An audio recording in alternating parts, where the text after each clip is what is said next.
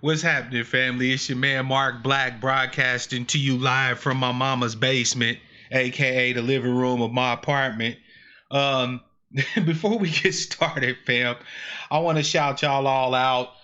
Thanks everybody who's showing up, including those who will show up late. Remember, with us, you're never late, right? Because you can always catch every broadcast on the re-up, right? Before we get started, as usual, housekeeping and all of that. In the description field below, fam, there's always links to resources, reports, things like that, right? Put some fat on your head and get up on this advocacy. Second of all, there are links, of course, to support my work. Please consider doing that.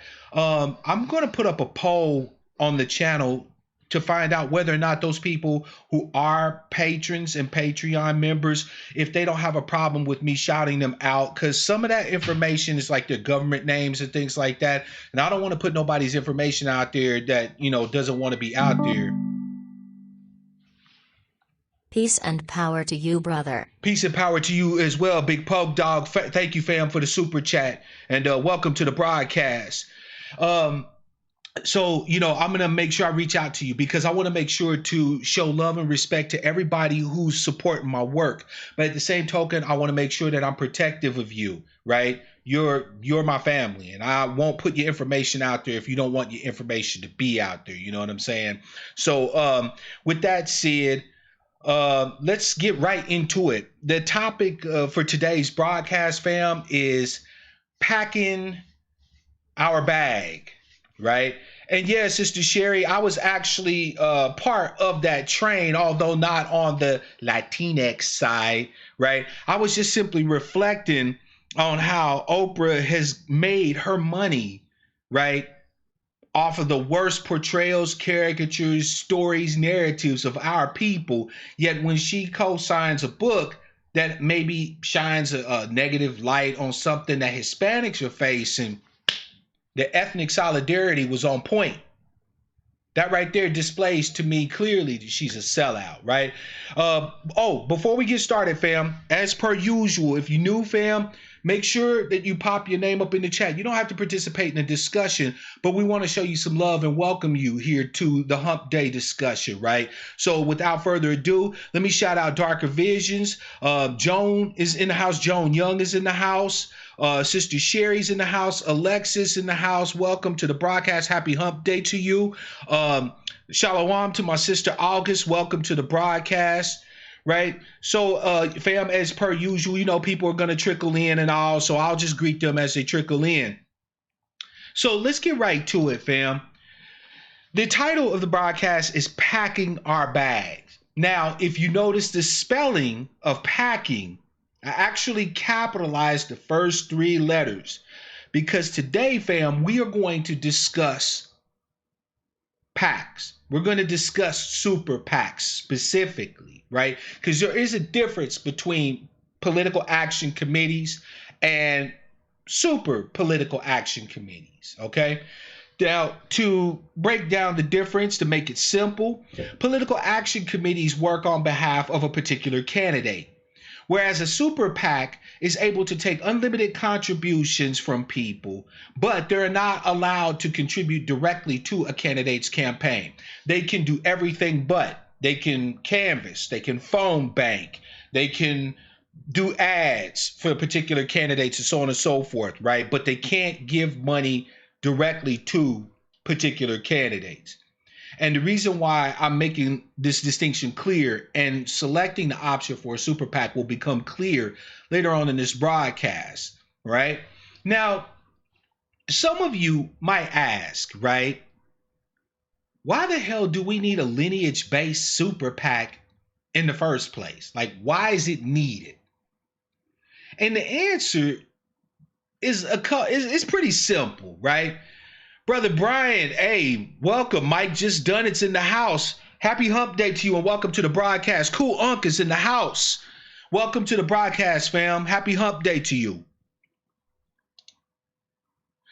The reason why we need a lineage-based super PAC is because everybody gets the advocacy that they can win by influence, right? But numbers themselves, like the numbers of individuals, does not necessarily equal influence.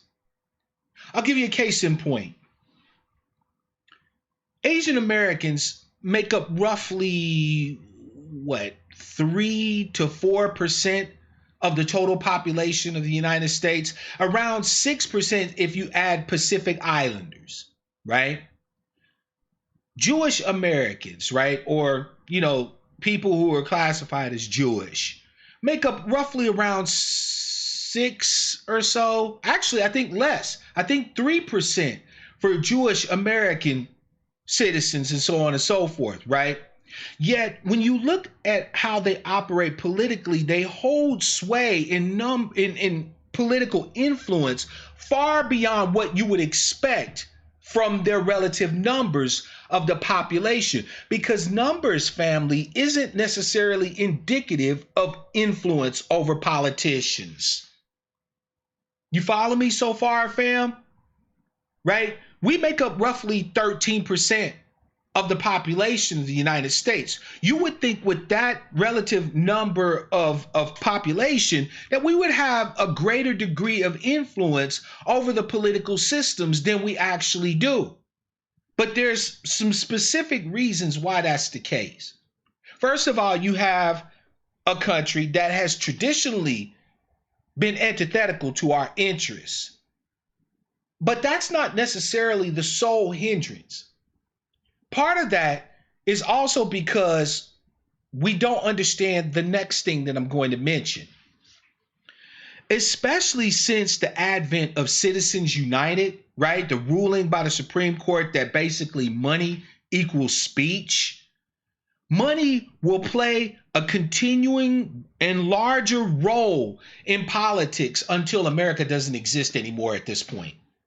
Right? So the only way we're going to escape the influence of money in politics is in a case of a total collapse of the governmental system, the eradication of the Constitution, and a complete renewing of everything, right? A wiping away of the whole board. As long as this system continues to obtain the way it's structured, money will play a role in how politics gets done in America. That's without a doubt. That is without a doubt, right? And you can see this by the emphasis that every other identity group or ethnic group or special interest group is organizing not to take over particular parties, right? They don't give a damn about being Democrat or Republican or Green or Socialist or whatever the case may be. No, they are organizing, fam, to take over the system of influence on politicians. And they're using groups like PACs and super PACs and 5013s and things like that in order to take over the power of influence on politicians and government, right? Remember we discussed recently Executive Order 13, I think it was 872 or something like that, the executive order that Trump signed authorizing funds to be given for business development for Asians and Pacific Islanders. Fam, there was advocacy on the ground. There were boots on the ground, not regular, average, everyday Asian folk. No, there were lobbyists. There were paid advocates who were able to get into the Oval Office and influence the president in order to push resources in their direction. There are Asian-oriented PACs. There are Jewish-oriented PACs. IPAC, for example, right? Or APAC, they call it. American Israeli PAC. And these PACs allow them in their smaller relative numbers to play a disproportionately larger role relative to their numbers because of the source of funds that they wield to bring to bear to candidates both D as well as R.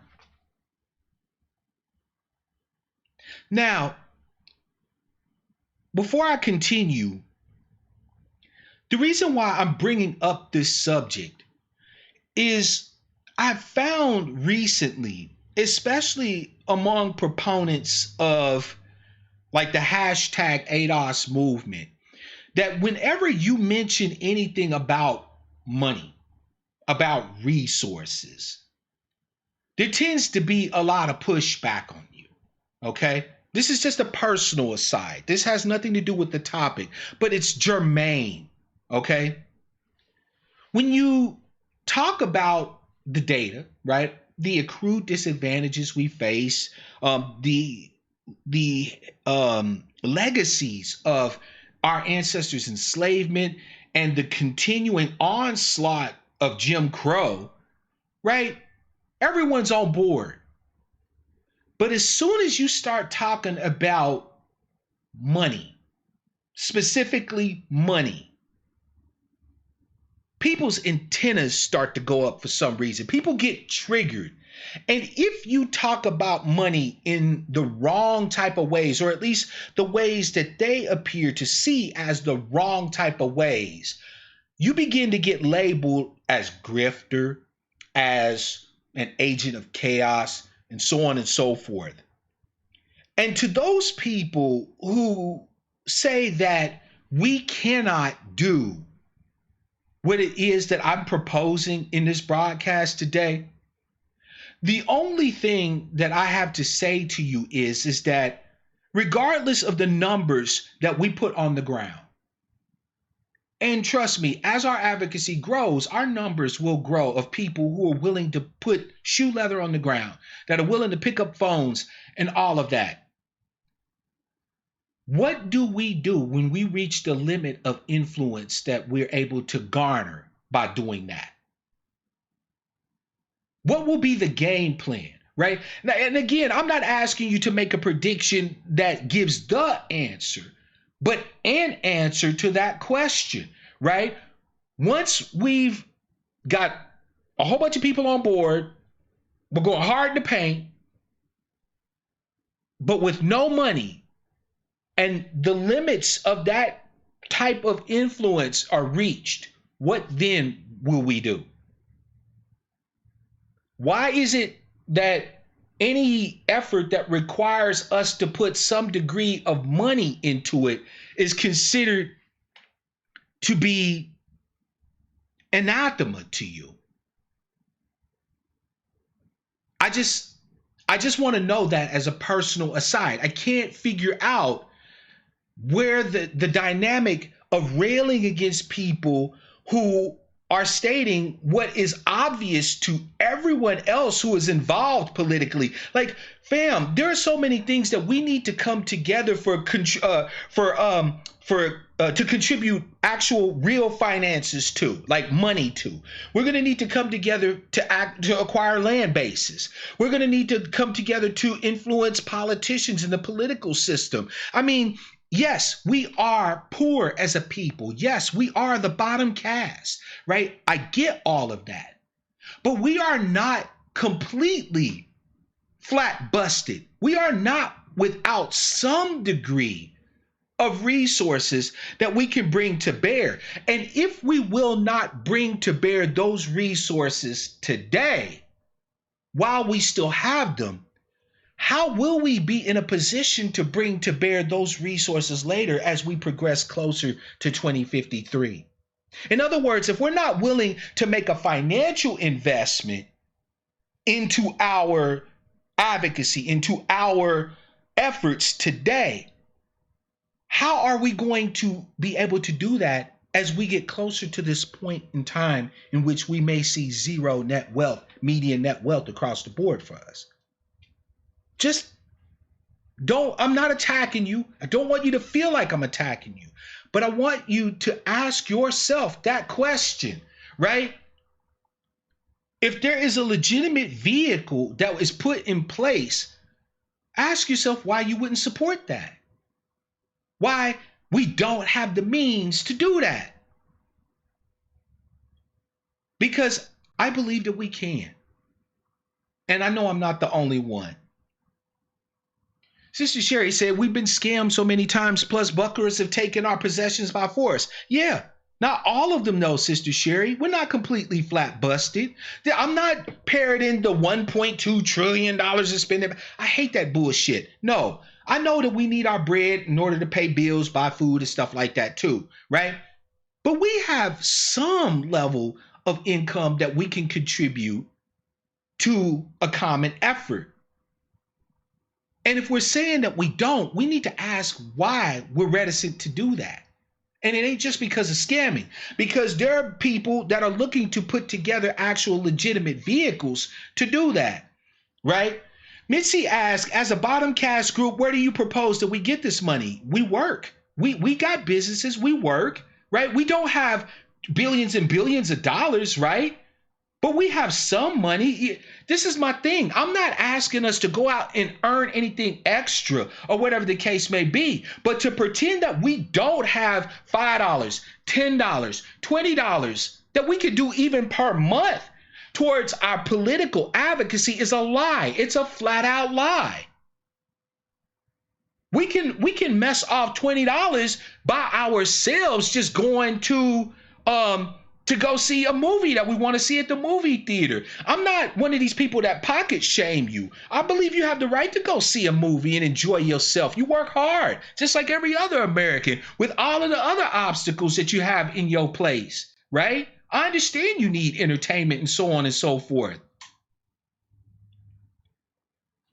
But when we talk about these numbers, we're talking about medians. We're talking about means, right? Some of us will have less than the numbers that we talk about, right? There's a lot of us that'll have less than the numbers we talk about. But there are also a good group of us that have more than the numbers that we talk about. I'm talking about actual bread, finances, right? So to say that we can't do this off of what we currently have, I think is just disingenuous. Even little trickles of money add up to large numbers, right? If you want to talk about numbers, right? Everybody's waiting on us to have 20 million descendants of the enslaved here in the United States backing our agenda, right? Well, okay, we may never get to those numbers, but if we have 1 million who all contribute even $1 per month towards their political advocacy, what can we do? And I'm sorry, but you can't tell me there's not ADOS folk out there or FBA or whatever you call yourself. Well, if you're interested in this political advocacy, there's nobody out there who can't. I'm unemployed and I can afford to put in $1. I can afford to put in 5. I can afford to put in actually more than that on my actual for my political advocacy. What isn't that worth, right? So I hope that answers that question. We have it already. I'm not asking you to go out and figure out some way for us to get billions of dollars. We don't need billions of dollars. Bloomberg is not going to be the nominee. He could try to buy the election, but he's not the guy. Deval Patrick, it can put in his money. He's not the guy. Tom Steyer threw his hat in the ring. Sure, he's got millions, billions or whatever. He's not the guy. Andrew Yang's got millions and possibly billions or whatever. He's not the guy. I understand, Mitzi, but here's the thing. Wouldn't you like it, Mitzi, if there was the option where if you did find yourself with the position to be able to contribute, that you had a vehicle that you could do so? I'm not saying that everybody could contribute right away, right? But wouldn't you feel better, Mitzi, knowing that there was an actual political vehicle that was lineage based with your interest in mind, fighting and struggling for your political advocacy and your goals, even if you aren't able to contribute to it immediately? Let's not talk about what we can't do. Some of us can't. That's facts. And I'm not here to shame you. If you really legitimately cannot contribute, there are other ways that you'll be able to help. And we'll talk about those, Mitzi. We'll talk about those. Because let's talk about what the benefits are of us having a lineage-based super PAC. One of the benefits here is that we would have a single point of support financially. As it stands now, fam, as it stands now, those of us who are out here fighting, putting our political capital out here, doing political advocacy for our lineage, our people, right? Whenever somebody wants to support that, we're having to divide up what little bit of money we got across all these different advocates. You feel me? Right now, if you have somebody who's your information broker, right? You know, like a broadcaster like myself, if you want to support them, you got to give them directly. But then there's somebody else that you like and you want to support them and you give them directly, right? And if you're trying to buy a politician or whatever, you have to give to them directly. You have to give to Sanders' campaign, to this campaign, and so on and so forth. With a lineage-based super PAC, you simply contribute whatever amount you feel comfortable to the PAC. You can literally give millions if you got it, or you can give $1. And it's one single point of support. You deliver the money to the super PAC, and the super PAC does everything else. We wouldn't have to contribute to every candidate that we're interested in individually, but we could do it as a collective using a super PAC. You feel me? Another benefit, fam, is that we would have no need to buy individual politicians. You know, fam, we were talking about critiques of powernomics. Mitzi, I'm glad you're starting to get it, sis. And again, this was not an attack on those who legitimately struggle with being able to contribute, right? Because there are other means, and we'll get to those, right? But one other benefit of a lineage-based super PAC is that we don't have to need to go out and try and buy a politician. Because like Mitzi said, in the era of billionaires self-funding their campaigns, how can you buy them? The good thing about having a lineage-based super PAC, fam, is that you don't need to buy individual politicians. That's, in my opinion, that's a valid critique of Dr. Anderson's powernomics. He said that we need to buy politicians. I disagree. Because first of all, there's no guarantee that politicians stay bought. That's number one. Number two, it takes a lot of resources to buy a politician, resources that we don't actually have. Not in any major sense. Not in the era of billionaire and millionaire self-funded campaigns, we don't.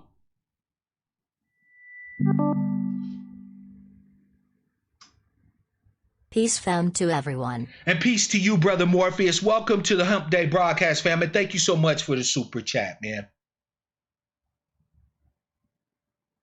We don't need to buy politicians with a lineage-based super PAC. We can rent them. We can rent them. We would actually have the capability to bring to bear a great deal of power on behalf of a particular candidate using our resources. And thus, we don't need to buy them. We just exercise a lease to get the legislation in place that we need. Because see, fam, another benefit of having a lineage-based super PAC is that with a lineage-based super PAC, we set the tone for our advocacy and we set the conditions for support. We set the tone for advocacy, and we set the conditions for our support. Let me explain to you what I mean.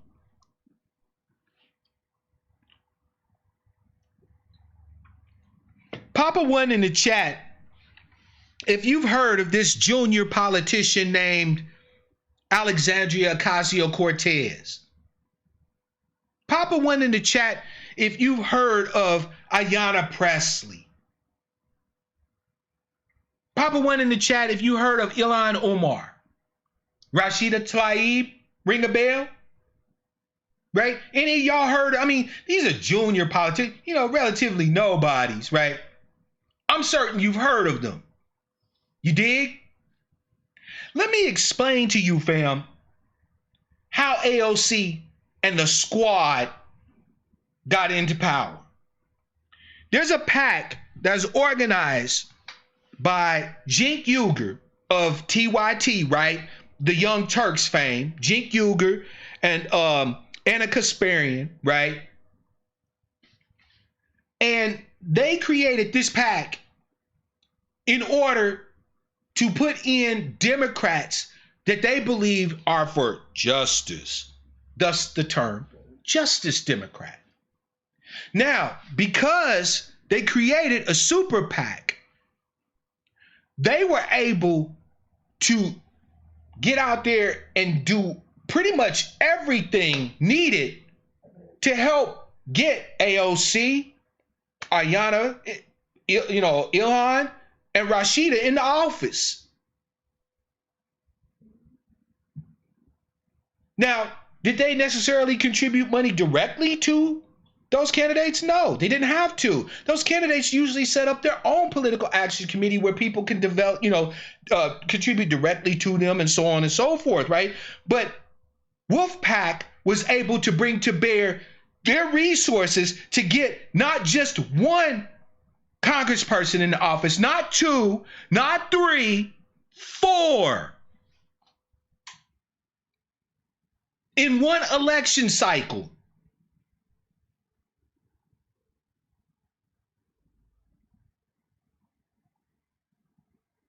Sean King started a super PAC, but see, Sean King's super PAC isn't dedicated to our particular interests. I'm not shitting on the man. Whether you like Sean King or not, whether you agree with him or not, his PAC has other foci, I should say, right? He's throwing money towards, immigration and throwing this, that, and the third. He spells it S-H-A-U-N, Sister Sherry, by the way. Sister Alma, by the way, welcome to the broadcast, sister. Happy Hump Day to you. But because we would have a lineage-based PAC, we would then be able to set the tone for advocacy, right? In other words, if you want our support as a politician, you have to meet our conditions, which means that we set the tone. Now, there's one thing that I want to mention while we're talking about this particular piece here. And I'm going to try to say this in the nicest way that I can because it frustrates the shit out of me. Fam, you will never have an ADOS, Native Black American FBA. You will never have one of us who is on board with our lineage, our agenda, and so on and so forth, who isn't going to do things for other people in office. It'll never happen. Let me repeat that for you, just in case you were sitting in the back and you didn't catch it. There will never be a politician that has our name in their mouth, that has our advocacy on their lips and our agenda burned into their frontal lobe, who won't also do shit for other groups in this country.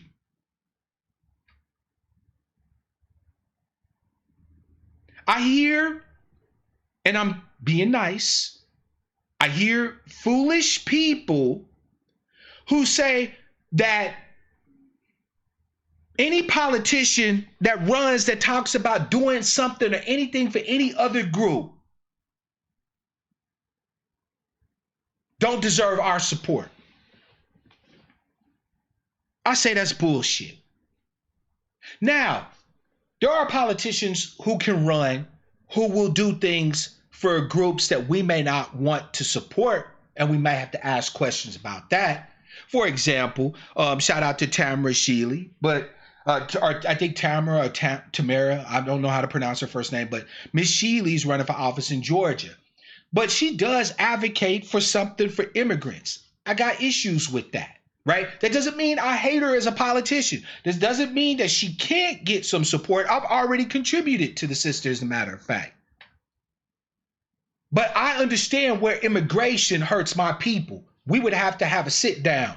We'd have to have a come to Jesus moment about that, right? So a politician that supports something you're not with, I see you withholding support.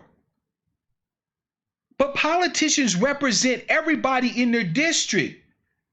Unless your politician lives in an all 100% descendant of the enslaved United States district, it's unrealistic to expect them to not do stuff for other people. We're not asking for that. What we're asking for is that they do stuff for other people and us too. And I cannot believe that I actually have to say that to adult folk.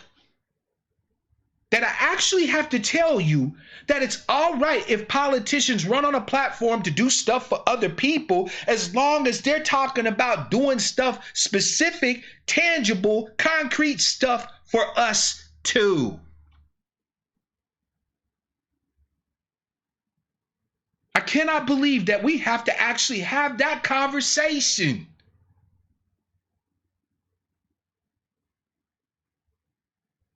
There is no politician that's going to run that is only going to do for us. That's never going to happen. But we need done for us as well. Do for whatever other groups you promised you would do for. Do whatever else for every other constituency you got. No problem. But our name needs to be in your mouth. Our advocacy needs to be in you too. And you need to be doing specific targeted things for us as well. And so with the lineage-based PAC, we actually set that tone. When politicians run for office in DC, they have a meeting every year of the American Israeli PAC. It's a big meeting. They have eats. They have all of it. And they invite politicians to come. They don't order them to show up. They don't throw fire, shade, and smoke at them if they don't show up. They simply issue the invitation. And these politicians run to their conference every year. Why do you think that is? Because those politicians that don't come and bow the knee to AIPAC will rapidly find a whole host of ads extolling the virtues of their opponent, will find people knocking on doors supporting their opponent. AIPAC isn't going out here jumping in politicians' faces, chasing them down. AIPAC just brings to bear the resources that they've gathered together to say, hey, you want to come and talk to us? You don't have to worry about us talking for you. We set the tone. We set the conditions for our support under a lineage-based PAC. In 1994, Newt Gingrich and a whole bunch of other Republicans signed a contract with America. But guess what? That was driven by political action committees. They said, we want this group of politicians who's going to focus on this type of advocacy. So they put out a contract and they invited these politicians to sign the contract. Those politicians that signed it had resources brought to bear toward their elections. Those who didn't sign it found that they were on the outside looking in. They didn't go chase Newt Gingrich and company down. They didn't have to. The resources that they were able to bring to bear spoke volumes for them.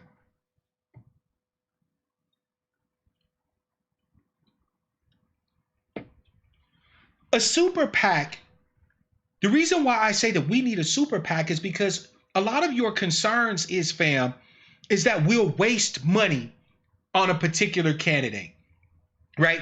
That if we start throwing money at politicians, we'll make a bad investment. And we'll throw too much money at one candidate who either doesn't win or when they do win, forgets we there, right? Which is the issue of buying a politician. But see, a super PAC can't contribute directly to candidates. No. What they would be coming to us for is what we can do. A super PAC can do everything but contribute directly to a candidate. Now, what does this mean for us? Well, I'll tell you, fam. This means that the candidates that we like, the ones that come and bow the knee, that have our name on their lips, we're able to get out there and do canvassing. By the way, where's Sister Mitzi at? Sister Mitzi, are you still in the chat? Because here's your part right here.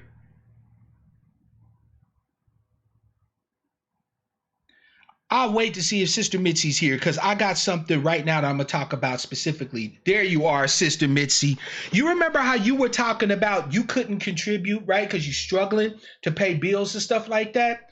Sister Mitzi, how would you like a lineage-based super PAC that would be able to come and hire you part-time to phone bank, to canvass? How would you like to actually be paid for your advocacy? Yes, a super PAC can do that. A super PAC can hire canvassers. It can hire and set up phone banks. It can hire and set up posters. Family, instead of us always having to worry about shelling out dough that some of our people ain't got, we can actually provide jobs and capabilities and provide resources for our people while at the same time getting them to push for political advocacy.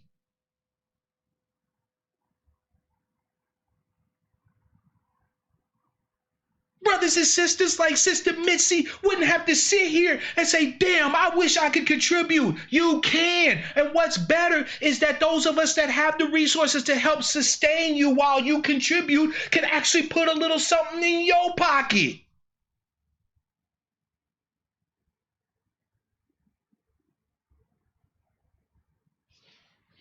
Because a super PAC can do that. A super PAC can go to a Black-owned and controlled marketing or advertising firm and have them produce our commercials for our people. Here's another thing to note, fam. Here's another thing to know, right? Thank you, Sister Mingo. Sister Mingo, am I lying? You can get a stipend or money for volunteering to do political canvassing via phone bank, via, Shanks Mayor, or whatever the case may be. Those of us, our brothers and sisters who may not necessarily have the bread to put up, those of us that do have the bread can help sustain our brothers and sisters without the bread while they help work on our political advocacy. Tell me how the fuck that's not a win.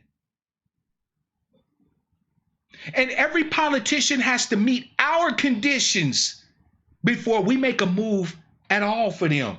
Ain't no more of this, oh, they pander to us, right? And then we finally give, some resources or whatever the case may be, or give our political capital and so on and so forth. No.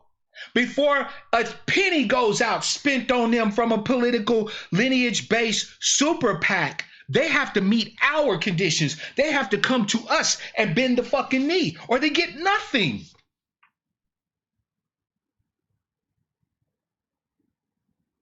But you know what though, fam? That right there speaks to one of the greatest benefits of us setting up a lineage-based super PAC. And that is that it gives us something that we the descendants of the enslaved here in the United States, right, that we never get. It gives us flexibility. It gives us flexibility. Let me run it down to you, fam, the level of flexibility that using a super PAC for our political advocacy gives us. If at any point a politician or a particular political party becomes an enemy to our interests, we can pivot immediately away from working with them and toward working with their opponents. It also gives us the ability to be able to gauge better who we should be dealing with in the first place, right? The politicians that come to us and bend the knee, we already know that they're interested in our advocacy at that point. We don't need to convince them. We don't have to sit here and waste resources trying to guess what politician to support in, like we do now individually. Well, should I support Bernie? Should I support Tulsi? Or should I support Trump? Should I support McConnell? No, we don't have to do that. As a super PAC, the politicians come to us and they meet our conditions and we set the tone for advocacy. So we already know that if they've done all that, we know what we're supporting. A PAC lets us know this. Not to mention the fact that how many times have you wished you had a say on who you support? Right? How many times you said, man, there ain't nobody to vote for? But a super PAC allows us to be able to start making that happen. Because everybody that we would be advocating for via the super PAC is somebody you would want to vote for. We would be able to host miniature plebiscites on the website of the PAC. So if you've contributed to the PAC, you actually get to vote and determine where our resources and stuff go. You actually will have a say. Shout out to Avery and Black Dollars, Brother Travis, by the way. Welcome to the broadcast, fam. Having a lineage-based super PAC, fam, will give us a flexibility we've never known politically. It will free us from being a captive block of votes for whatever politician thinks they own us. By the way, shout out to my beloved sister, Miss Kwame, and sister Adrian, beloved as well. Welcome to the broadcast and happy hump day to you.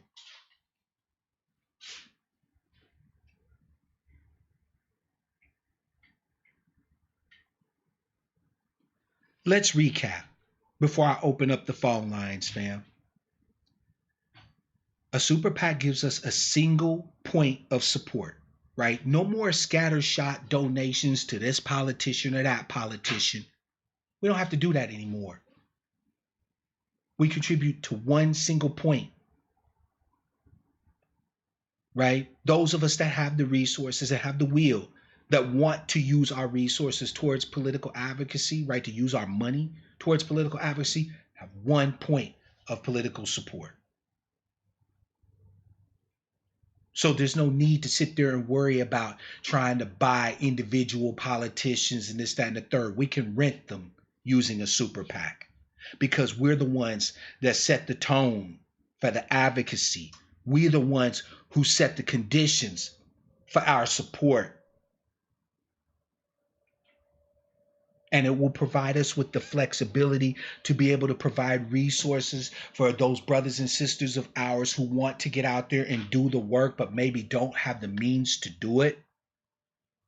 While at the same time giving a vehicle and an avenue for the people with the resources, but no time to do the work to be able to jump in and get on board with it too as well. It'll allow us to be able to pivot from politician to politician, party to party. We don't have to worry about D or R. We don't have to worry about, this person or that person. We will know because they will come to us and they will make it clear that they're interested in being our political advocate.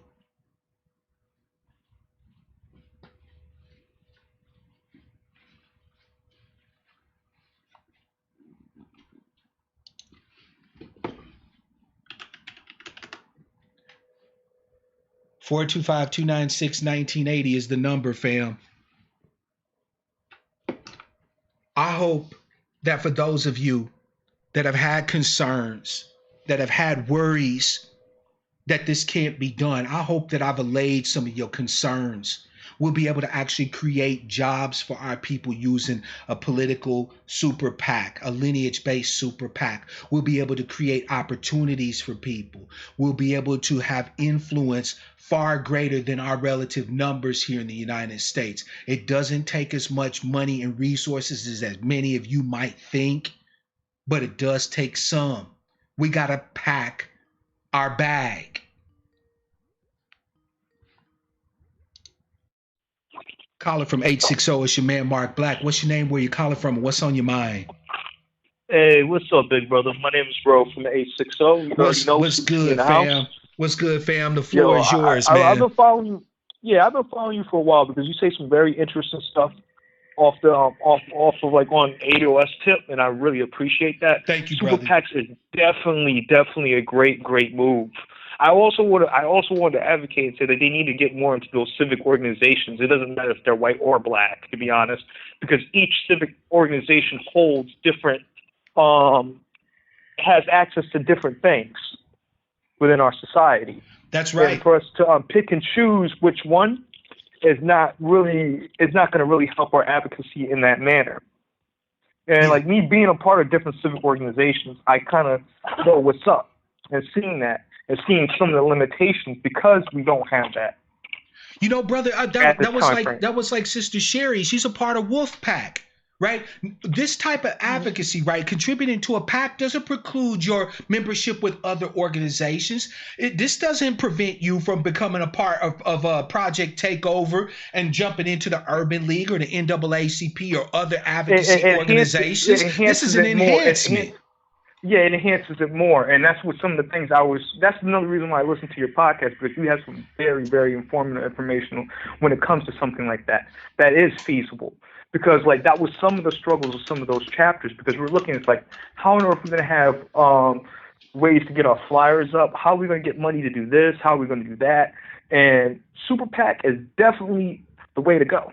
Oh, fam, I didn't even get into the real game. Because super PACs can contribute to nonprofit organizations. Did you know that? Yes, and that's where a lot of our I have a person I know that's running. Long and short of it, I'm not going to disclose that, but they because they're a nonprofit, they end up becoming more at risk of being acceptable from both Republican and Democrats because they'll cut their funding. Exactly. If they don't do what they and that's another big thing that hurts our black community.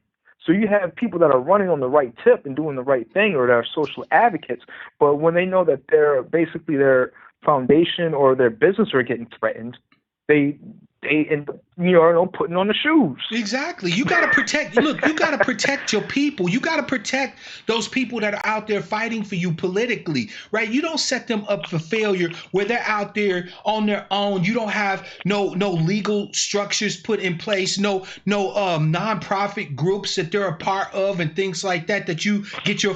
Matter of fact, fam, they talk about dark money in politics. Oh, it's through. It's all through and through. Fam, money permeates. Why do you think it is that people that number less than us are getting more political advocacy than us? Because they use all of it, right? We're citizens of the United States. Anything that one group of citizens can do, we can do. Right? This is not comparing us to other ethnic groups, but this is to say that even with our limitations and our limited resources. Welcome back, brother. I'm sorry about that. 860 in the back. I'm sorry. I threw on the head jack so I could move around and talk while no, it's all good, fam. But what we don't realize is that if it's good for them, it's good for us too. It may be less that we can contribute to that, right? But that doesn't mean we can't contribute some, right?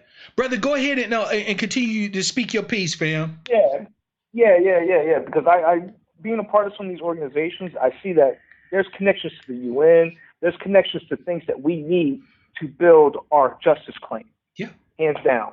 And a lot of stuff happens behind closed doors, and I don't think ADOS is a collective group. We need to operate like that as well too, up front and behind closed doors. Yeah, we do. We do. We need to see that the thing is, fam, is that I'm not against organization, right? What I'm against particularly is organization that does things the same way we've been doing it, but expecting a different result. And that's not to try to throw shade at anybody, but that is to say that if we want what we've never had, we have to do what we've never done. And we have never had a lineage-based, legitimate, transparent, operating within the boundaries of the law super PAC. Mm-hmm. We've never had that. We've never had a place where we could actually coordinate, where we could take our limited political and financial capital and actually focus it like a laser beam in the areas we know we can have efficacy. I think part of the reason, fam, and you tell me what you think about this. I think part of the reason that we haven't done this is because, to be quite fair, you have to produce results. You have to actually produce something if you do something like this. You can't just be talking. Yeah, but that's one half of it. The other half of it is because I noticed that one of the women, she shouted out and talked about unions. Unions does this all the time. We were shut out of unions. We were shut out, like, even down to the basics of our political, like our civic organizations and stuff like that. In American society, we were shut out of those specifically. Yep. And like I was getting into it with one of the Lions Club people and said that, hey, you shut black folks out specifically, which basically bastardize our politics. What are you going to do to rectify this? Absolutely. Absolutely. Because you shut us out for this long of a time. And you have every other demographic around the world to capitalize off the situation. What are you guys going to do to fix this? Those are some of the questions that I'm posing, some of the solutions I'm posing based on what ADOS has been presented. Yeah.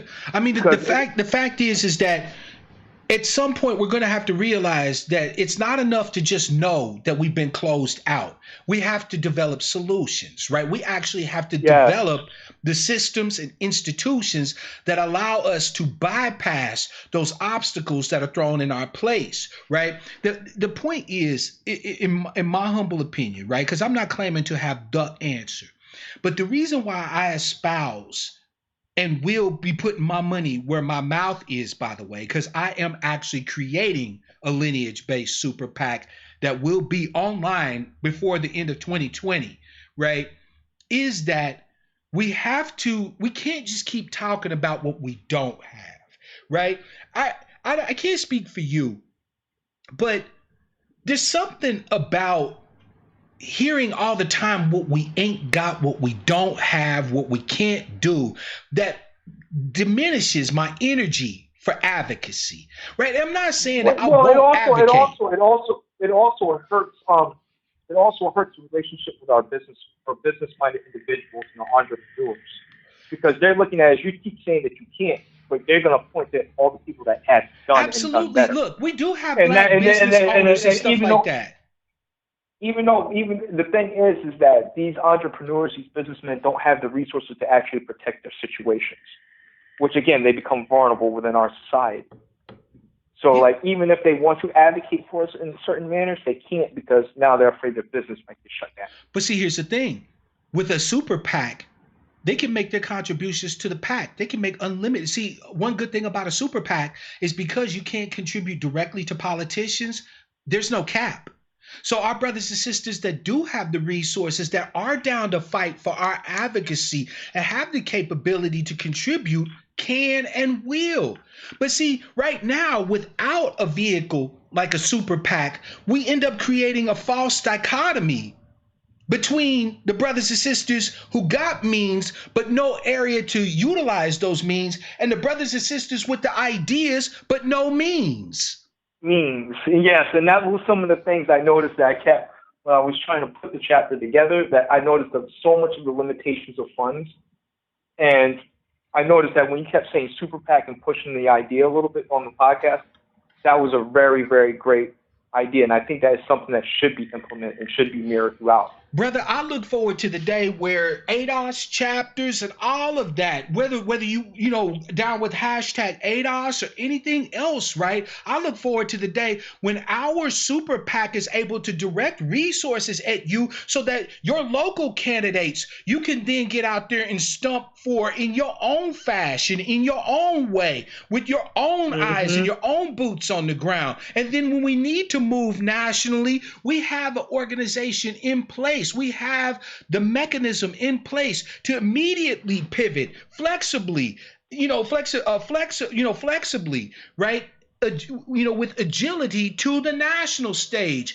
A super PAC allows us to be able to maneuver on both local levels, regional levels, state levels, as well as national with the same level of agility. And that's something that they really do need as a group. I think that will progress them even further. Unfortunately, they don't necessarily. I would say when I say they, I'm referring to Yvette and Tone. That's not an understanding that they have as of yet. For some reason, and again, I don't know why this is the case, they seem to have fostered this idea that anybody that's looking to wield funds or maneuver funds or anything like that is either looking to capitalize off the movement or grift or whatever the case may be. And I'm certain there's some element of that out there, but to make that blanket statement across the board, I think is cheating us as a people and in this moment that we're in. Yeah, they kind of. I'm on the black sheep list on that situation when it comes to ADOS tip, but I do rep them. I still think that they're a very important entity of our society, and they need to be there. They need to be in certain places where I'm at, where they need to be at. Their voices need to be heard, because if not, then it's going to be very difficult. Absolutely. Look, I have no problem with us in this political advocacy making sure that our people eat.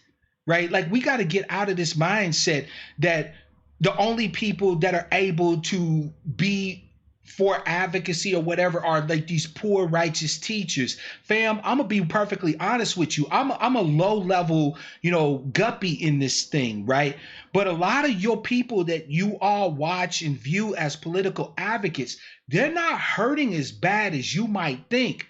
They'll tell stories like, they're struggling and eating out of tuna cans and all this and that and the third. But when you look at the numbers of us willing to issue support to them, right, through donations and so on and so forth, right, when you see that and you start tabulating up the numbers, you don't have to pocket watch. You don't have to be a hater, right? You just do math. People are making money, right? They are eating.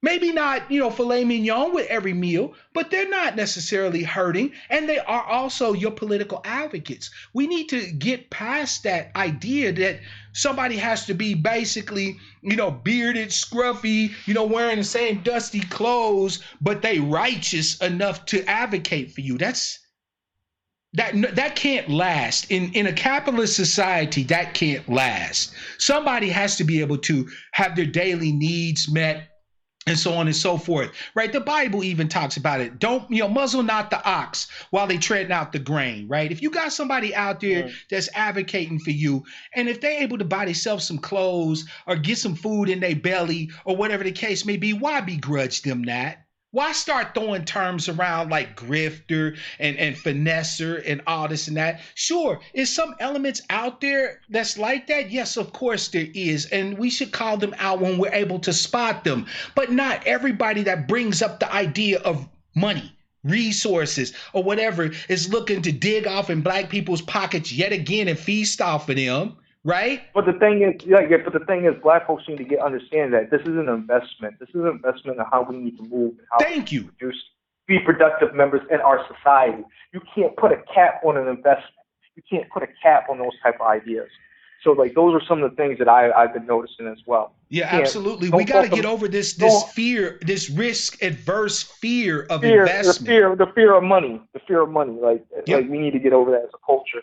Because if that is also our demise, the reason why we don't have reparations at this time frame. Yeah. Because everybody's afraid of money. They think it's like the root of all evil. But if this is the thing that's going to set you free, then it is what it is. I've heard from people that we've already paid for our reparations, and I agree with them. Yes, we have paid in blood. We have paid the blood price for our reparations.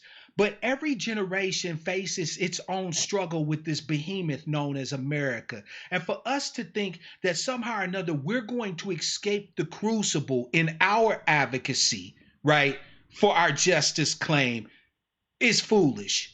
We are going to have to pay in some way, shape, or fashion. Maybe we won't pay in blood like our ancestors had to, right? And I hope we don't, right? I don't want nobody to die in this thing, right? But one way or another, when we're going to have to put our generation's skin in the game in order to move forward, right? And the easiest and simplest way we can do this is through money. Right? Like I'm just saying, of all the things that we can contribute, money is actually the least valuable. We have time that we're wasting. But I think if they do a super PAC idea, they could definitely reach out to a lot of those business classes that they really do take shots at every once in a while. Yeah. They actually might be inclined to join them and help. I know they would, fam. I know black businessmen who I've talked to about. Okay. You understand the mindset of what I'm talking about. Yeah, I've talked to black businessmen who told me straight up, fam, I support what y'all do. Tell me what I need to do. I run a business, so I can't be boots on the ground and this and the third. But tell me what I can do. I want to create a vehicle for those brothers to say, oh, shit, we have that. Boom, boom, boom. Here's the check. Y'all need more? Let me know. Then I'd also like to create a vehicle where brothers and sisters like Sister Mitzi, who's maybe struggling, can get in on a phone bank or a canvas for a politician or even be hired by the super PAC in a particular position. And even designers for their, like, I see that they have artists ADOS. You got people that we're self-employing our artists. We're self-employing our people. And that's the level that, that movement they need to really go into the guise of. I'm not saying to do it yourself, but in the guise of trying to accumulate and make money. No, but see, fam, you got to understand this false dichotomy that you're either solely for doing this via politics or you're a do-it-for-selfer bootstrapper, practicer of bootstrapperism. That's a false dichotomy, fam. It was a false dichotomy from words say go. You feel me? We need politics. Our brothers and sisters who are business owners and this, that, and the third cannot maintain control over this stuff without political action and government being able to protect and defend their rights and so on and so forth. And whatever we need that we can do for ourselves, we should be doing. They're not mutually exclusive, fam. They are complementary. We should be doing what we can for ourselves and pushing political advocacy. It's not an either or proposition. And I 10 toes agree with you on that, because just that alone, you need to have some type of economic base to support this type of situation. If not, it's going to be very difficult. I hate to tell those people that think that us writing letters, shooting emails, standing out in front of buildings and things like that, I hate to tell them this, but that requires money. You're taking days off from work, right? Making those financial sacrifices. Wouldn't you rather be able to make those financial sacrifices into a super PAC that would be able to then put together whole groups of people that are able, and we can sustain them? If you want to take the day off, we can actually cut you a lunch and throw some resources in your pocket to go and do some political advocacy. Wouldn't that be better than us making these individual sacrifices? And wouldn't it be better too? And we can also get it on the government's dime as well, I think that would be even better. Fam, look, like I said, this is just the start. We can have nonprofit organizations that can then do grant funding and stuff like that. Look, you can say what you will about the white man funding you this, the white man funding you that. Fine. If white folks want to contribute money, they can. I'm not as an operator, as somebody who's going to be heavily involved. I'm not going to be the leader of the pack, but as somebody who's heavily involved in the pack, I'm not going to turn away no white folks that want to contribute, but the advocacy. That's the only thing. That's the only thing that they should be doing. The advocacy. That's the only thing they should be. That's the only thing they should be doing, right? They say, "How can we help you?" Make out a check money order or debit to this website, this address, or whatever, and we appreciate your support. Everything else is on us. And I agree. That's something that's even more feasible on top of that. And it'll make us more legit. We can, if white allies can support us by writing a check. That's how they can support us. They don't need to be involved in the everyday running of the thing. They don't need to sit on our boards and this, that, and the third. They don't need to be speaking at meetings and this. Not to knock anybody that's done that, but they don't need to be doing that. You want to support us where we need it. Write the check. Contribute to the pack. That's how you support us. Other culture groups does this. I'm just surprised that we haven't caught on to this on that level the way we ought to. Oh, we have. We just haven't put it into play yet, fam. It's coming. Like when you see the Latino and the Asian caucus out in the West and their super PAC that's forming, and then trying to dismantle certain rights like our civil rights and affirmative action and stuff like that. These are things that I see that's very alarming. But wait, they take money from white folks. Right? Up here in Washington State recently, Washington State reinstituted affirmative action, right? There was Asians that funded a group, Asians and white folks that funded a group to overturn that via initiative. Look, Asian folks ain't got no problem with taking white money for their political advocacy. Latinos or Hispanics don't have no problem taking white money for their political advocacy. But the moment a white person contributes anything to what we doing, we sold out. Make that shit make sense. I don't know. That's one thing. That's one of the things where I was getting on to some of the people. It was like, why you want us to get involved in Lions, or why you want us to get involved in these different types of things. You need to have ADOS need to be a fly on a wall in every freaking area. If they really want to get this pop in the way they want, they need to be a fly on the wall in every damn area. I'm gonna tell you, we need to be in every organization that exists out there. We need to have people in. Everybody talking about Project Takeover of black organizations. No, I'm talking about Project Takeover of everybody. Look, 32 smile and a broom in the hands of any black man can get you into anywhere. You need to. You know what I'm saying? We need to be involved in everything we can get our fingers into. We need to have our hands in every pie that we can get our hands into, right? Because how do you know that the right voice at the right time can't direct other people's resources towards our political advocacy? We talk about allies, right?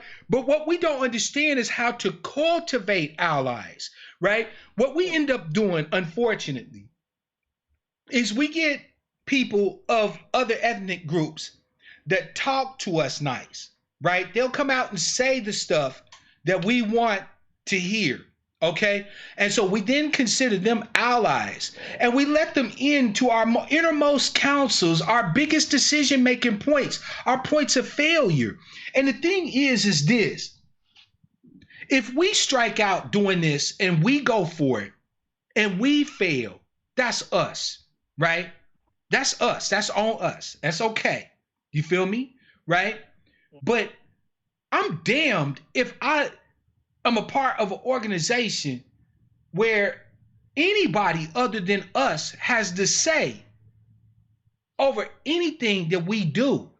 If you want to aid and ally with us, you can contribute financially to what we're doing. And or you can organize your own groups for advocacy for us. And you control those groups, right? White folks out there, Latinos out there who are down with our justice claim, hear me when I tell you this. You are welcome to fight, but you fight alongside us, not with us. We don't Well, write a need check. you standing in our organization saying, well, I'm not certain if that's a good idea and this, that, and the third. We don't need no bucker. We don't need nobody coming in talking about this, that, and the third. No. You can contribute financially to what we're doing, and you can create your own organizations that fight then for our advocacy. You feel me? Also, yes, I definitely feel you. But also, there's different coalitions that are forming that are based off of justice claims just like that. Like, for example, you got the hashtag Free Renty. That's in my neighborhood, my block. So, long and short of it, there's a next woman out there suing Harvard because they wanted to use the image of her great grandfather and all that nonsense to promote propaganda. And she went and sued them. But I don't see other institutions really supporting her like that. But the thing is, if we're able to create like an all black, even like a civic club like that, we'll be able to create our own pundit class that will check those type of issues, that can even advocate in certain manners on a global standing, like at a United Nations type of situation. Look, fam, I'll be honest with you. If we can just get this pack going, I don't think there's no limits to where we can go. Because this will be the make or break hurdle, in my opinion, for our political advocacy. And I feel very comfortable saying that, and I'll explain why. And then I'm gonna let you go and let someone else call in because I appreciate you taking the time. No, you good, fam. Matter of fact, if you want to fall back, I'll go ahead and explain and allow for another call to come in. I'll fall back, but I want to say thank you for giving me the time out, and it was a great call and a very, very informative. No, fam, the pleasure's mine. Brother. I'm glad that you're a member of the herd, man. You are welcome here. You always welcome to call in, and thank you for your contribution to the broadcast tonight, fam. I'm definitely going to chip in some money on this one and get my pockets straight. I appreciate you, fam. And even if you can't get your pockets straight, be on the lookout for us making advocacy calls for canvassers and things like that, because we're going to make this thing happen. One way or another, we need that check. Absolutely. Peace, brother. Peace. Peace. Fam, by the way, good evening to brother Big Unk. Good evening to Jacqueline as well. Welcome to the broadcast. Fam, we need to understand that at the end of the day, this is going to be the make it or break it for us. Because this truly is the only hurdle we have left to climb over politically. We're getting a bunch of people that are set up with a solid political education. We are getting a bunch of people who are understanding economic structures and reading economic reports and systems and how this thing operates. We're getting that education as we speak, and it's a beautiful thing to see.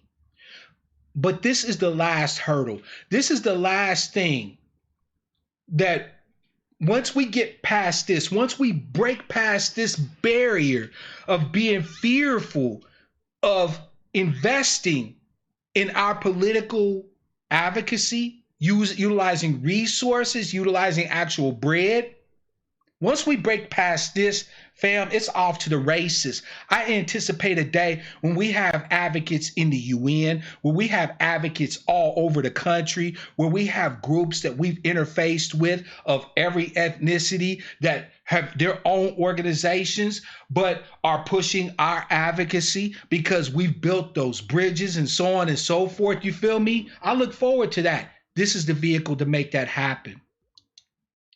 Caller from 631. It's your man Mark Black. What's your name? Where you calling from? And what's on your mind? Make sure you turn me down in the background, by the way, fam, so we can have good quality on your call. Okay, no problem.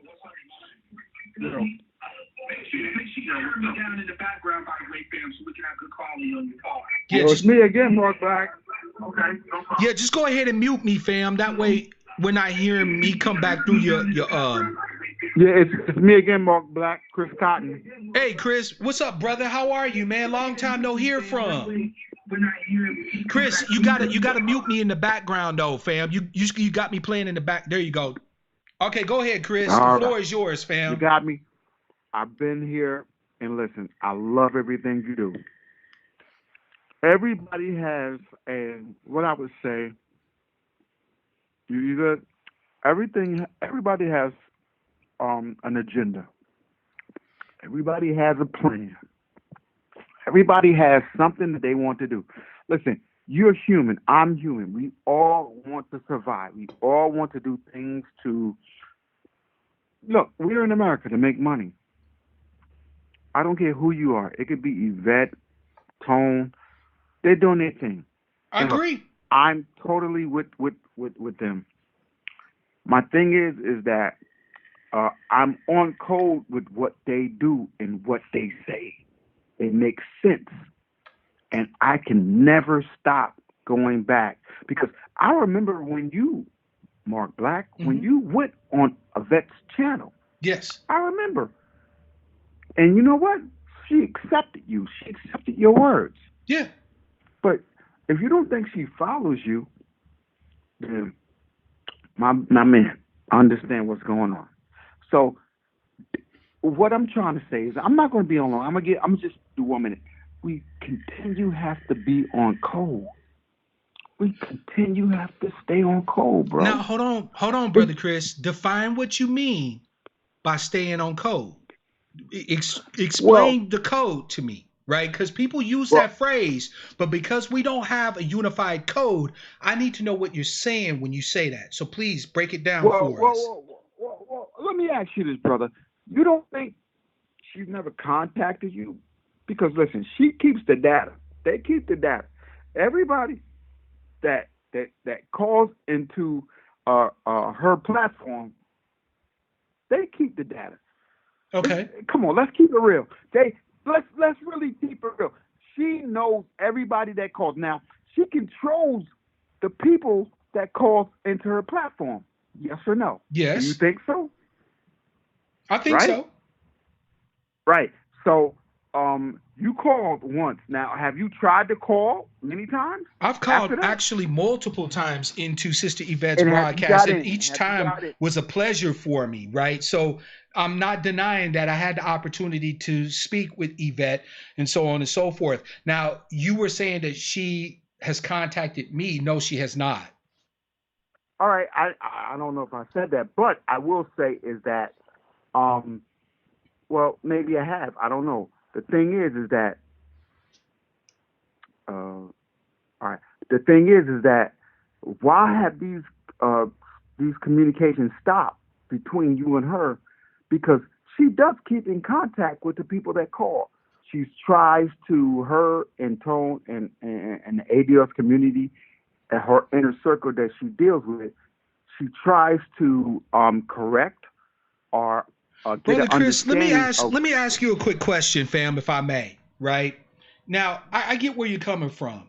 My question is simply this: you've known me for quite some time. You've watched my work. You know that I try to keep everything transparent, above board, right? I have no ego in this, right? No horse in the race. I want what we all want, which is our justice claim paid. You agree with that?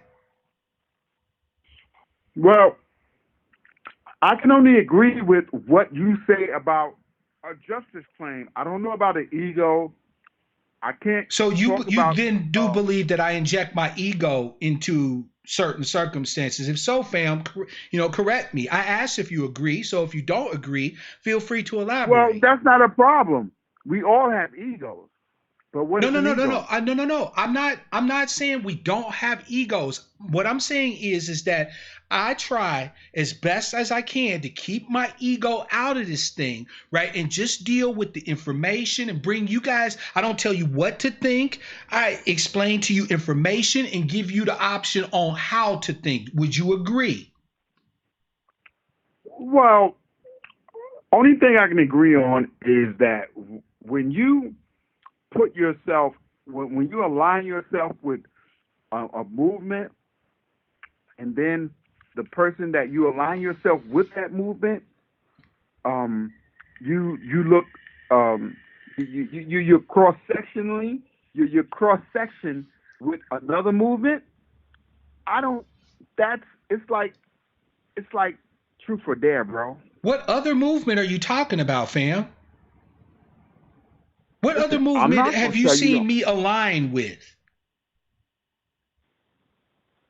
I'm not gonna say what you align with. I No, only no, can no. say what Fam, the you floor feel. is yours. Look, you've been able to call in and agree, disagree, chide me, whatever the case may be, right? So I've asked you two questions now that you've refused to answer. One, what is the No, I'm code that not. you're? It's not Hold that on I'm a second, refusing to Chris, answer. because I I let don't you know. speak. The whole One of point the is I one don't know the I answer. asked you what was the code that you were referring to, and now two, I asked you what movement that you've seen me align with, and you've refused Well, to it's answer both questions. So I'm all right. Well, wondering, how is it I'm that we're not gonna supposed to have a refuse. I'm not gonna dialogue, refuse. fam, if you won't answer, give me information, but you demand information from me. That's all I'm saying. Well, that's the whole thing. I'm demanding information from you because you would come on your platform and you would say you talk to someone, but you wouldn't be specific and tell us your platform who you talk to. Is that Give correct? me an Yes or no? example of what you're How many? referring to, fam. I'll own up to it if I that's the can't. case. Listen. I'm not. But Listen. I'm not gonna break shit down. And listen. It's just common sense. Chris, man, You come would. on, fam. I give you a lot of leeway, but you come at me as if I'm disingenuous the moment I say anything that doesn't 100% cleave to what Yvette and Tone is talking about. I've made it clear that while I No. respect, No. listen, I've made it clear while I No. respect Yvette and Tone, that I no longer roll with their political strategy, and rather than disrespect them or cause rancor or ruckus, I simply have just pulled myself away and do what I do. Right? If you don't think that what I'm doing is in any way efficacious, fam, you're not required to continue to co-sign me or watch my broadcast or anything like that. I'm not saying I you're don't not co-sign welcome, but nobody. I'm You saying know you who I can't keep doing co-sign? this where you Let me keep tell trying to you. throw in my face that I don't I'm gonna agree tell you. with Yvette and Tone or whatever the case may be, and then try to make it seem like I'm on some conspiracy or whatever the case may be. That's not the case, fam. You don't get to come here and question my integrity or my character, and then when I say, well, go ahead, fam, elaborate, then you play this word game where you're like, well, I ain't gonna Whoa, talk whoa, about it. whoa, whoa, We whoa, don't whoa, need that. whoa. Either you're How can't contributing you? to the conversation or you ain't. All right, let me say this. How can you say I can't? Let me think because I can't hear myself. How can't you say I can't come here to your platform and contribute? I've never disrespected you. See, we can agree to disagree, Fam, bro. I did. I Now, see you let weren't me let me listening, finish. and Let me you know finish what, now. Chris? I'm No, gonna have let to me let you finish, go, bro. fam, because I said Let me openly finish. that But I you let won't you let me come finish. here and I let you contribute, right? And I said that I encourage you to continue to contribute. I said you didn't have to go. I didn't. So I don't. You're not listening to I me. don't agree. You want to talk about agendas, fam?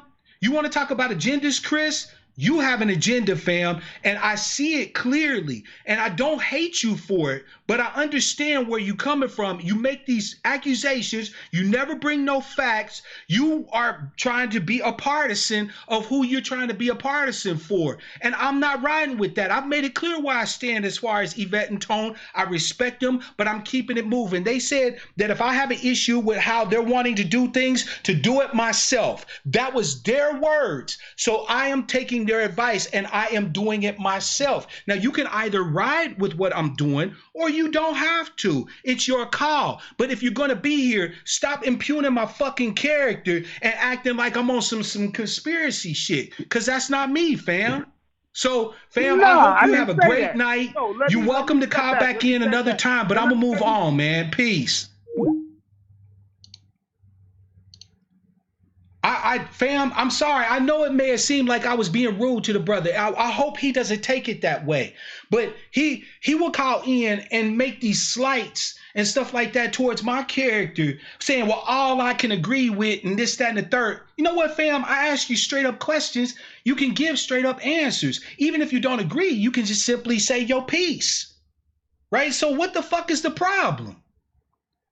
Chris, you wasn't saying anything, fam. You kept making these little digs, right? Talking about all I can agree with and this, that, and the third. No, fam, you don't get to do that, especially when I give you the opportunity to be able to say whatever it is that's on your mind and we can have a dialogue. You always welcome to call back, but you got to be prepared for a dialogue. You're not just going to make statements and shit and then not back that up with any information or evidence. So, fam, I want to apologize.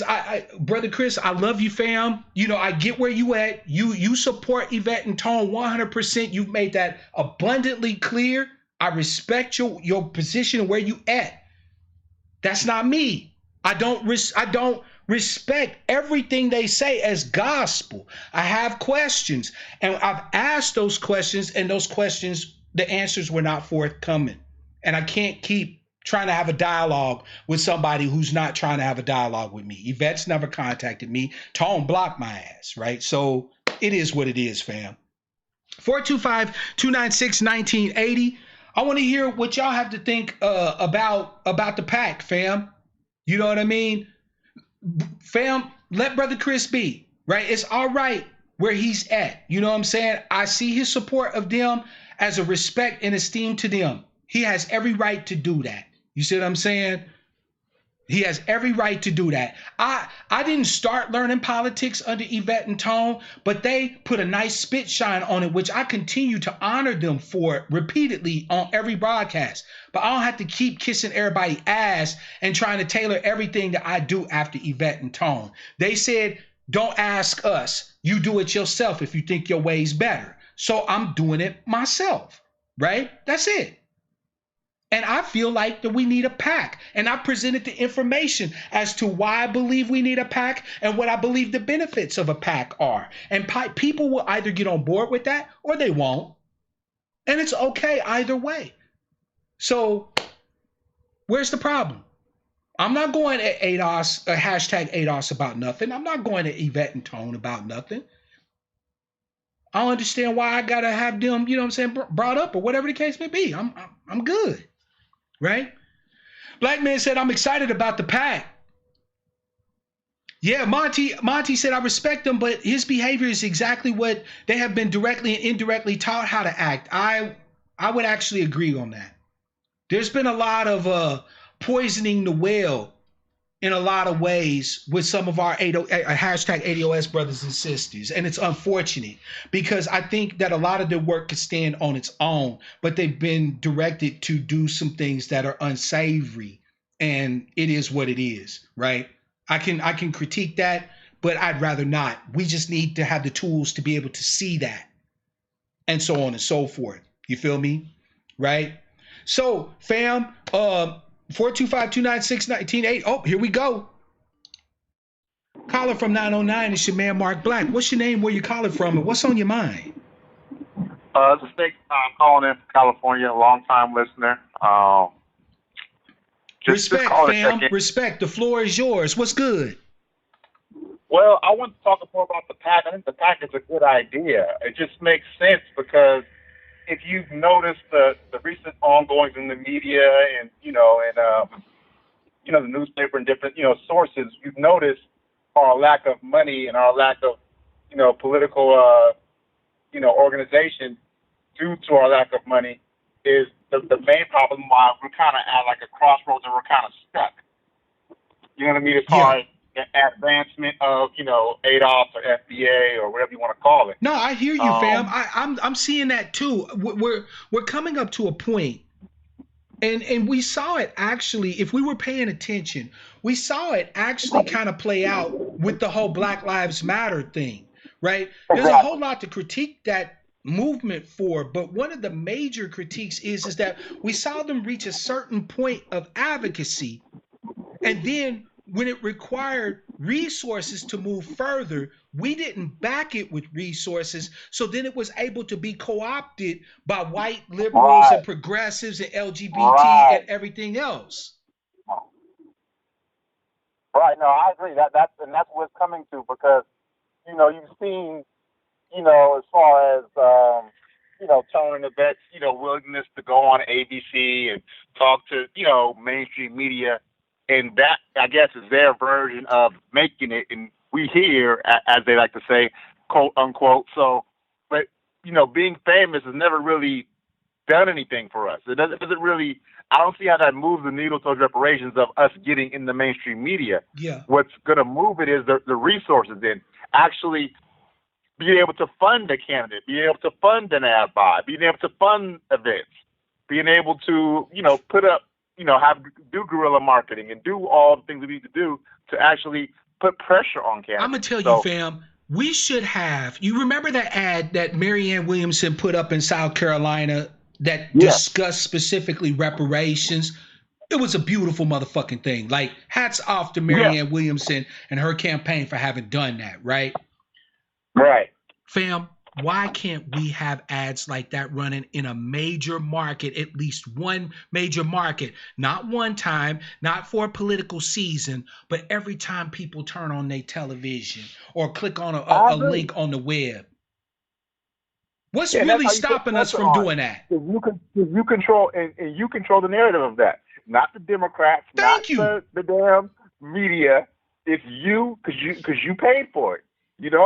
If the narrative is give every black man $1 million, that's what you paid for. Shit, I mean, you paid for it. Exactly. We would not be beholden to anyone if we developed our own ad, our own marketing system where we constantly had.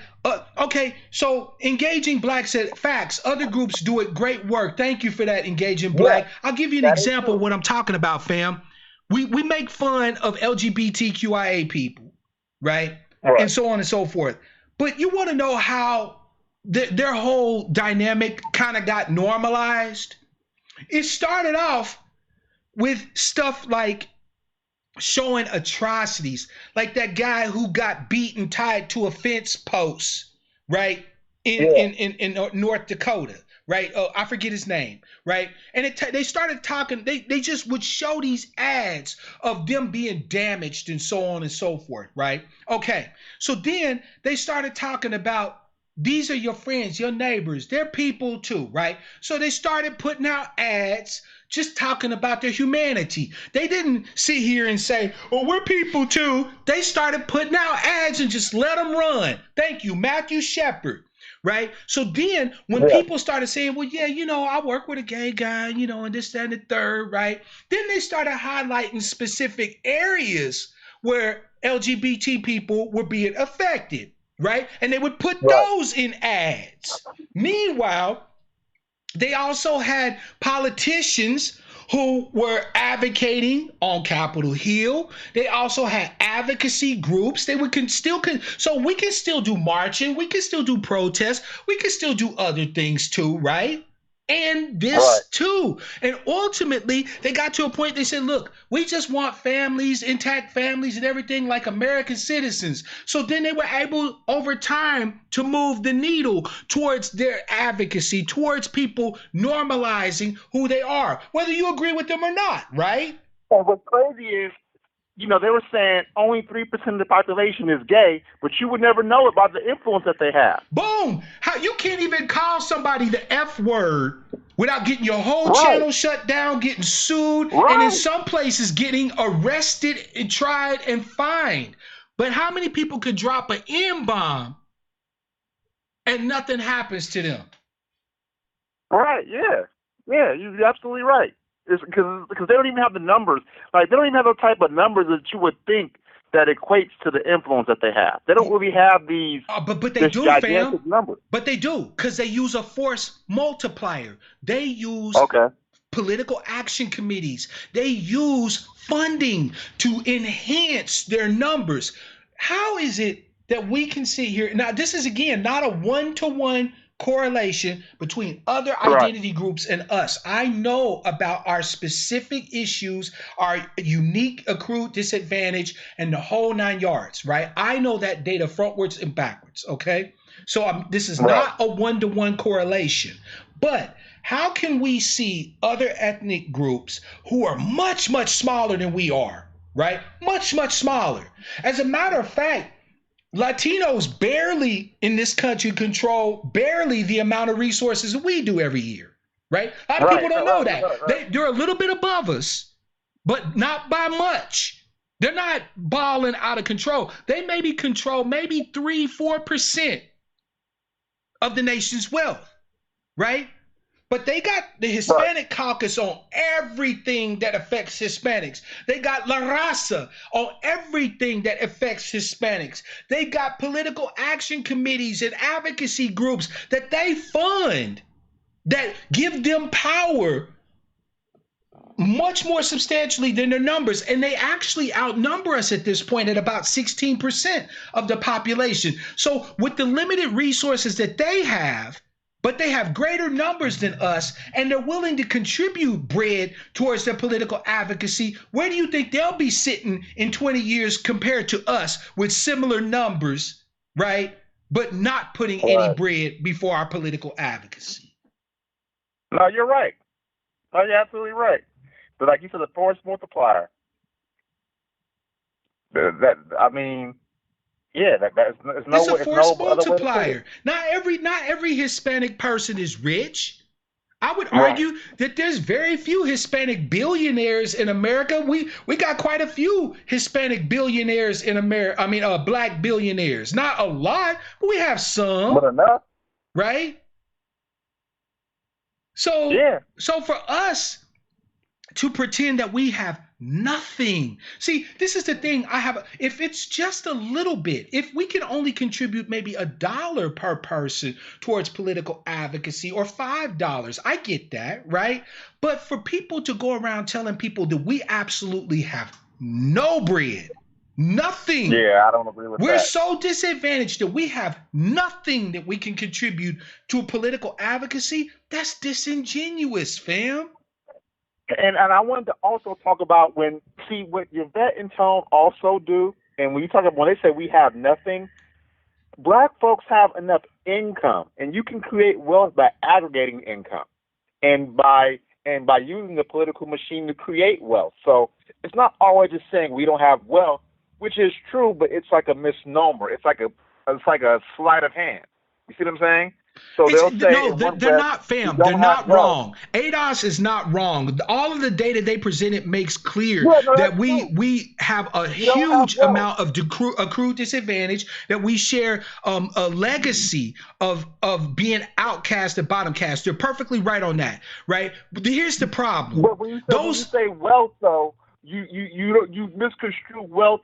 You don't really say, okay, yeah, black folks may not have the wealth, but we do have people who do have some incomes, and we can use that income to create I agree. wealth, we can use some of our income to do different things, right? So it's not like we just don't have anything. Yeah, it's not like we're just completely flat busted and can't make moves. I can't buy that. Right? That just me neither. The evidence is not there to support that. Is it there to support that we lack control over a vast majority of wealth? Absolutely. Yeah, of course. Does that mean that we're completely flat broke? No, it doesn't. Some of us are, some of us aren't, just like every other ethnic group in this country. So I think that there needs to be a little bit more balance in some of the rhetoric that we use, right? Because I understand the need to impress upon people our position, right? I understand the need for us to press on to people that, hey, our advocacy can't wait, right? And there's certain rhetorical weapons and tools that we'll use in that dialogue to create that sense of urgency. You feel me? Correct. And we all know for a fact that our income can't close the racial wealth gap. We know that's true,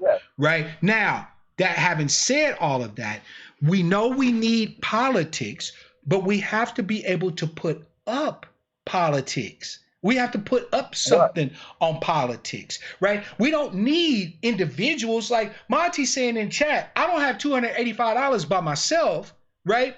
But if everybody in this chat put up $5, we'd have it. And what could we do with that $285, right? We can actually make a move collectively with that money that we couldn't make individually, right? That's all that a super PAC will allow us to do. You feel me? Right. That's really all it is, right? There's nothing that I'm saying that takes away from the advocacy that groups like hashtag ADOS is doing and so on and so forth. In fact, I would like to think that what I'm trying to set up or what I'm trying to help foster for us will enhance their efforts, not detract from their efforts. It's not do for a selferism and bootstrapperism. Right. It's taking what resources that we can marshal and using them in a collective fashion to press home our justice claim. That's the very essence of what they've been arguing we need to do. So I don't understand where the pushback and so on and so forth comes from, fam. And I think, like you said, it's just narrative. Like you said, they want to push the narrative instead of actually just saying, okay, this is what we can do. They want to push a narrative to kind of, I guess, press home the point. I mean, I guess, and to kind of, it's like you want to tell your side of the story, even to you start to kind of fudge some things and kind of leave some things out and kind of press on some things in the I'm not going to ascribe malice to them. I will just simply say that it's very easy for us to tell the story of where we are, right? But it's really difficult when you start talking about, okay, what's the solutions to the situations in which we find ourselves. I'm never going to ascribe malice or whatever the case may be to Yvette or Tone. I would just simply say that where we have differing understandings, I'm going to do things kind of my own way. And where we don't have differing understandings, I'm going to say exactly what they say. I still quote Yvette on the constant. We were having a thread on Twitter where they were talking about Black people with degrees being unemployed at twice the rate of white people with degrees, right? Yvette talks all the time about the fact that we have all these plugs and no outlets, right? So I have no problem with announcing where I agree with them. She provides some great information. Antonio and Antonio Moore. I mean, they're academics and they're educated. So I would never tell anybody not to, not to listen to them, or I would never. I support the efforts where I'm able to support. I support them where I'm able to support, and per their advice, rather than trying to convince them that my way is better. If I think differently than them, I'm just going to do what I can to show them that my way is better, right? In other words, I think the problem is a lot of people expect that I'm going to go and give Yvette and Tony just say, hey, why don't we do this and why don't we do that? No, they've made it clear in a lot of ways to me that they're not necessarily open to other ideas. They have their understanding of how they want to see this thing go, how they want to do it, and so on and so forth. That's fine, right? So what I say then is that rather than trying to convince them of the validity of my ideas or the way I want to do things, I'm going to put my skin in the game. I'm going to put my ideas out there. I'm going to take the risk and take the hit. And if my way's better, the proof will be in the pudding. Right. You see what I'm saying? Yeah, and then there will be no argument because I'll have the results to show. I'll have the data on my side. As long as there's no malice of her intentionally damaging you or vice versa, there should be no problem. Yeah, I don't think in my mind there is no problem. Like I said, I take from Yvette and Tone what I can use from Yvette and Tone, and hopefully if they ever listen to me, they can take from me whatever they're able to take from me. But if they are not necessarily, if they think they got it, then I'm going to let them roll because there's some places where I don't feel like they have it. And I'm going to let them roll, and I'm going to take things in another path. And we're just like a pincer, fam, on a crab, right? You look at a crab's hand, what does it do? It do like this. And the 2 points meet in the middle and grabs their prey. That's all it is. They're one pincer, I'm another pincer. And I want to meet in the middle. You feel me? So, fam. Yeah, definitely. I appreciate your call, fam. I got another call coming in, and I'm going to be shutting down the broadcast here pretty soon. But do you have any last words, anything you want to say before you go, fam? No, it was just good to hear from you and good to see you starting to pack and everything. And just chiming in, just checking in with the family. It was good to hear from you. That's all. It's always a pleasure, fam. Like I said, you make the broadcast. I appreciate your contribution, fam. And don't hesitate to call in. Thank you so much for your time. All right, have a good one. You too, bro. Peace. I had another person that was trying to call. There we go. Caller from 219. Caller from 219. It's your man, Mark Black. What's your name? Where you calling from? And what's on your mind? Hi, this is Mitzi. How are you? Mitzi, it's a pleasure, sister. I'm doing well. It's so good to hear from you. Talk to me, sister. The floor is yours. Okay, so I just want to first off start off with the disclaimer. I do not like the Discord. I think that we're all individuals and we all have our own individual opinions about everything, Mm-hmm. but we use everyone's platform to gain our own understanding of what's Yes. going on. I'm in Michigan City, Indiana. I started my political understanding through Tone and Yvette, okay?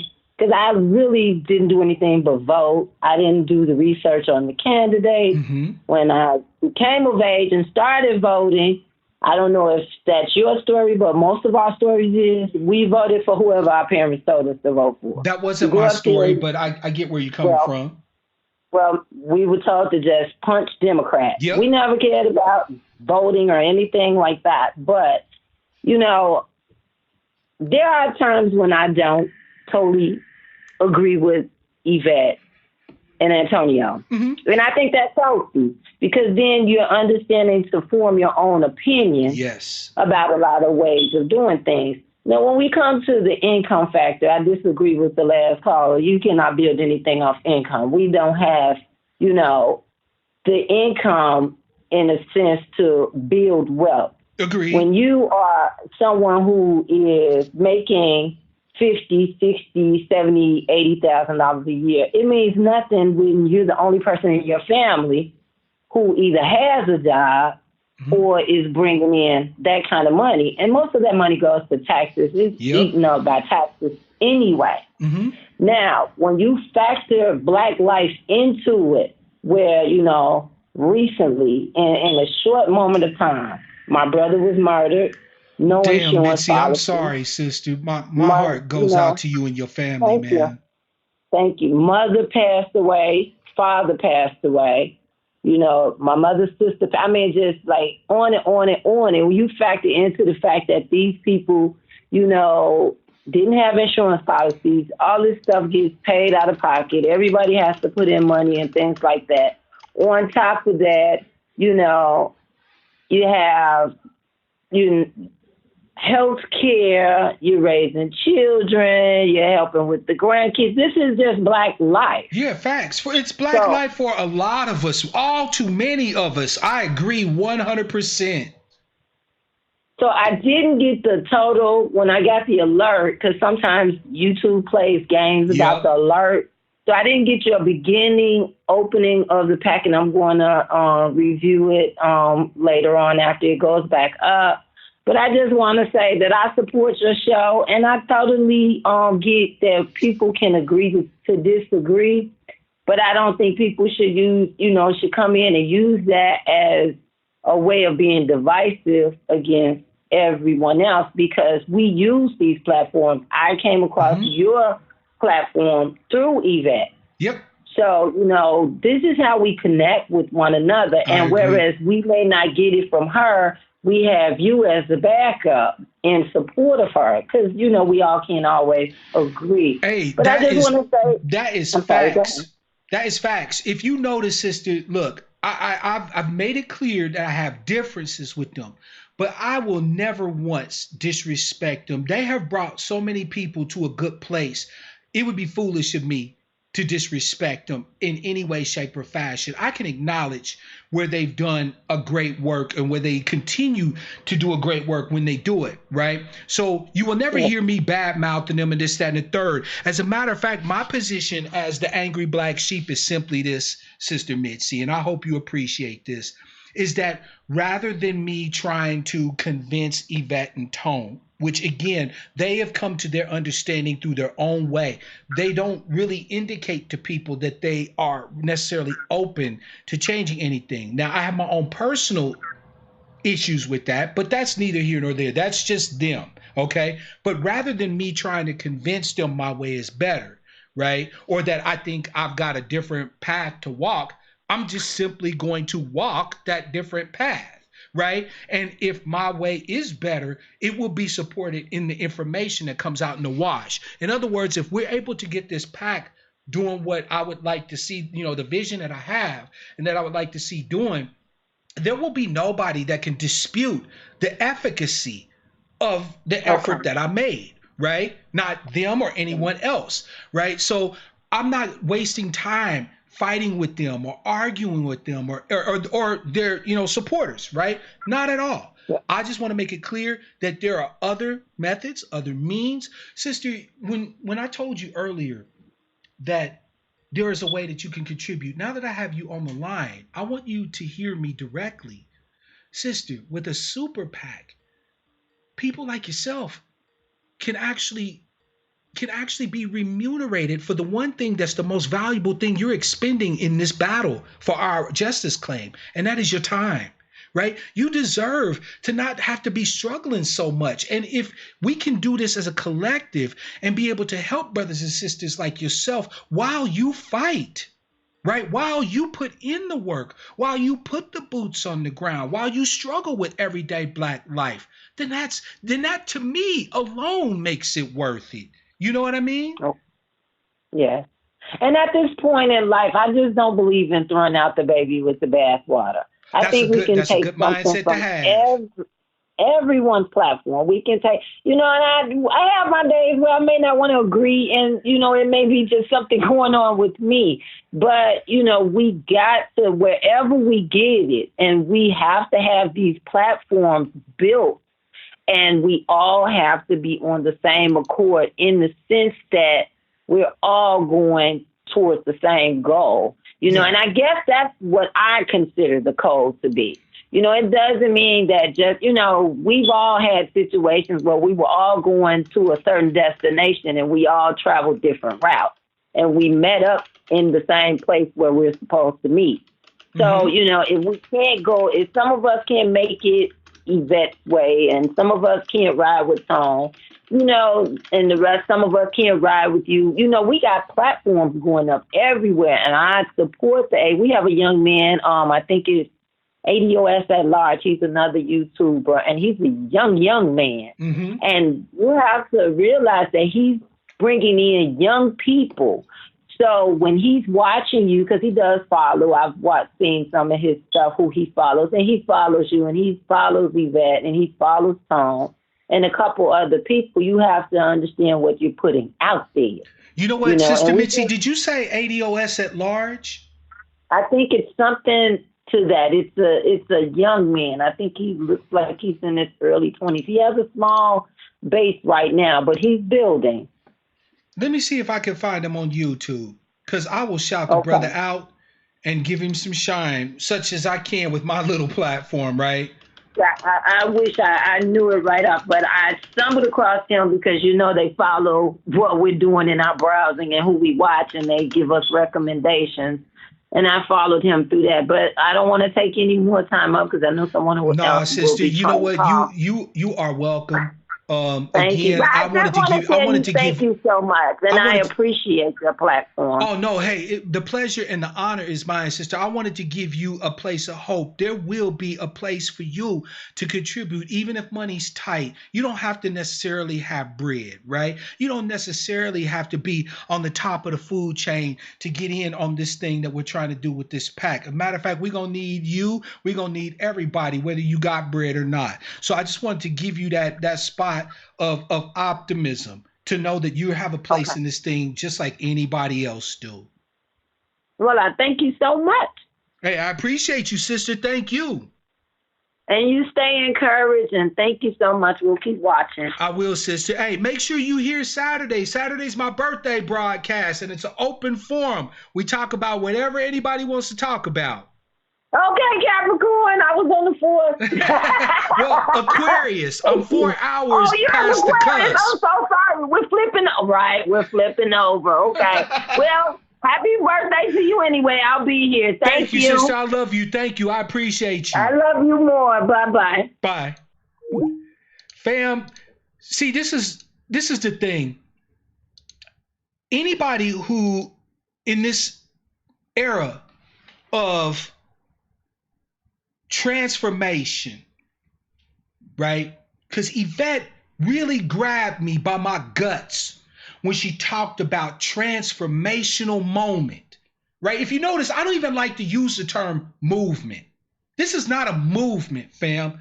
First of all, we are a distinct and unique heritage and lineage who are at a pivotal key moment in our existence in this country, a transformational moment.